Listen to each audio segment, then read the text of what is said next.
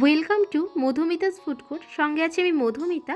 আজকে আপনাদের সঙ্গে আমি বাড়িতে থাকা ঘরোয়া কিছু উপকরণ দিয়ে একটা রেসিপি শেয়ার করব। আমি এখানে চিকেন নিয়েছি আর নিয়েছি ছোট ছোট ভেজে রাখা আলু নিয়েছি আর কিছু বেরেস্তা নিয়েছি। কড়াইতে বেরেস্তা ভাজার তেলেই আমি চিকেনগুলো প্রথমে নিয়ে নিলাম। চিকেনটাকে এখন আমি একটু টাইম ধরে ফ্রাই করে নেব, যাতে চিকেনের কালারটা একটু চেঞ্জ হয়ে যায়। চিকেনটা খুব বেশি সময় ধরে ফ্রাই করার দরকার নেই, মোটামুটি 2 থেকে 3 মিনিটের জন্য ফ্রাই করলেই চলবে। চিকেনের কালারটা এই সময় চেঞ্জ হয়ে গেছে, তো চিকেনটাকে এখন আমি তুলে নেব। আমি যেরকমভাবে বানাচ্ছি অবশ্যই আপনারা সেরকমভাবে একবার বাড়িতে ট্রাই করে দেখবেন, খুব ভালো লাগে খেতে এটা। আমি আরও কিছুটা এখানে পেঁয়াজ দিয়ে দিলাম।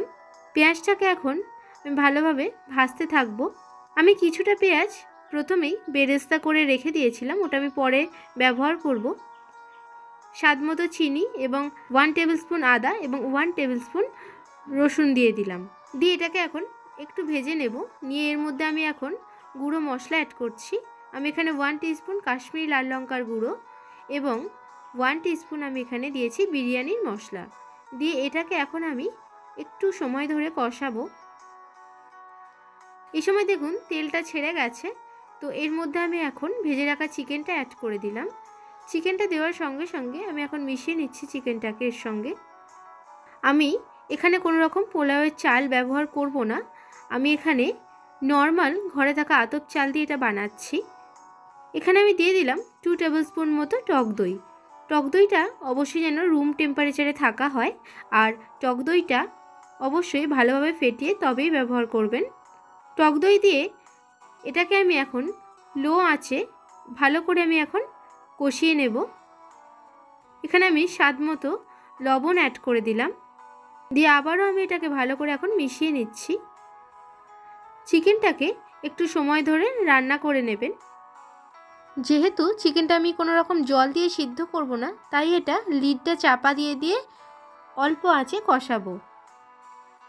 চিকেন থেকে এখন আমার অনেক জল ছাড়তে শুরু করে দিয়েছে। আমি এখন এই সময় ভেজে রাখা আলুগুলো দিয়ে দিলাম। এটা বিরিয়ানি নয়, তবে বিরিয়ানির মতোই অনেকটা খেতে হবে এবং খেতে অসাধারণ লাগে। আমার কথা না বিশ্বাস হলে আপনারা অবশ্যই এটা বাড়িতে বানান। ঘরে থাকা যে কোনো চাল দিয়ে আপনারা এটা বানিয়ে নিতে পারেন। আমি মাংসটাকে 20 মিনিটের জন্য ভালো করে সিদ্ধ করে নিয়েছি, মাংস আর আলুটা। মাংস এবং আলু এই সময় আমার অনেকটা সিদ্ধ হয়ে এসেছে। চিকেনটা দেখুন হাড়ের গা থেকে চিকেন ছাড়তে শুরু করে দিয়েছে, তার মানে মাংসটা আমার এখন মোটামুটি হয়ে গেছে। তো আমি আরও কিছুটা চাপা দিয়ে সিদ্ধ করে নেব। আমি 5 মিনিট পর ফিরে এসে আপনাদের দেখাচ্ছি। দেখুন এইরকমভাবে চাপা দিয়ে দিয়ে করার চেষ্টা করবেন। চিকেনটা আমার হয়ে গেছে, ওটাকে আমি এখন রেখে দিলাম। এখন আমি ভাতটা রান্না করব। তার জন্য আমি এখানে আতপ চাল 30 মিনিট আগে ভিজিয়ে রেখেছিলাম। এবার একটা ননস্টিক প্যানের মধ্যে দেখুন সাদা তেল নিয়েছি, দিয়ে দিয়েছি 2টো তেজপাতা এবং গোটা গরম মশলা ফোড়ন।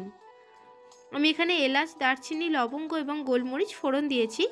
দিয়ে এখানে আমি ধুয়ে রাখা আতপ চালটা দিয়ে দিলাম। আপনারা চাইলে এখানে পোলাওয়ের চাল বা গোবিন্দভোগ চাল কিংবা ঘরে থাকা যে কোনো ভাত খাওয়ার সিদ্ধ চাল হলেই চলবে। সেটা দিয়ে আমি এখন মিনিট 2-এর জন্য এটাকে একটু ভেজে নেব, যাতে ভাতটা হওয়ার পরে কোনো রকম আঠালো ভাব না আসে তার জন্য। চালটা এখন আমার ভাজা হয়ে গেছে। এই সময় আমি এখানে গরম জল অ্যাড করে দিলাম। অবশ্যই গরম জলই ব্যবহার করবেন এখানে। যতটা চাল নিয়েছিলাম, এই 1 বাটি চাল নিয়েছি, আমি এর জন্য এই বাটির 2 বাটির জল এখানে ব্যবহার করলাম। আর পরিমাণ মতো এখানে দিয়ে দিলাম লবণ এবং চিনি। এরপরে আমি এখানে অ্যাড করে দিচ্ছি দেখুন আমুল দুধের পাউডার।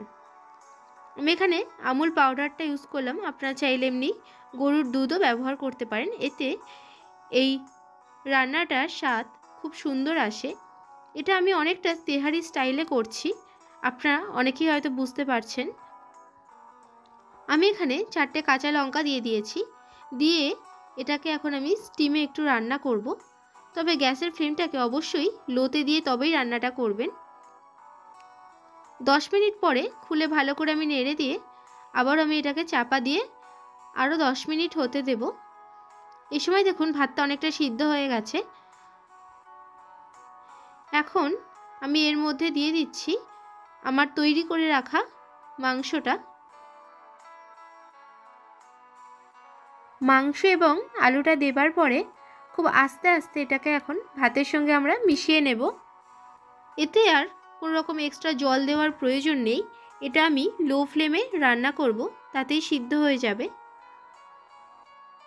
এতে আমি এখন দিয়ে দিলাম গরম মশলার গুঁড়ো। কম তেল মশলায় অবশ্যই এটা বাড়িতে একবার হলেও ট্রাই করবেন এবং আমাকে কমেন্ট করে জানাতে ভুলবেন না কেমন লাগলো। আপনাদের কোনো রেসিপির রিকোয়েস্ট থাকলে সেটাও আমাকে কমেন্ট করে অবশ্যই জানাবেন। আমি এটা চাপা দিয়ে আরও 10 মিনিট রান্না করে নিয়েছি। 10 মিনিট পরে দেখুন আপনাদের দেখাচ্ছি ভাত আর মাংসটা খুব সুন্দরভাবে মিশে গেছে। পোলাওটা এখন একটু আঠালো ভাব দেখতে হলেও এটা ঠান্ডা হওয়ার পরে একদম ঝরঝরে হয়ে যাবে। রান্নাটা এখন আমার কমপ্লিট। একদম শেষে আমি দিয়ে দিলাম গোলাপ জল এবং দিয়ে দিলাম 2 টিস্পুন মতো ঘি। এটা অবশ্যই বাড়িতে বানান, নিজে খান এবং বাড়ির সকলকে খাওয়ান। আর আমি শেষে বেরেস্তা ছড়িয়ে এটা চাপা দিয়ে রেখে দিলাম।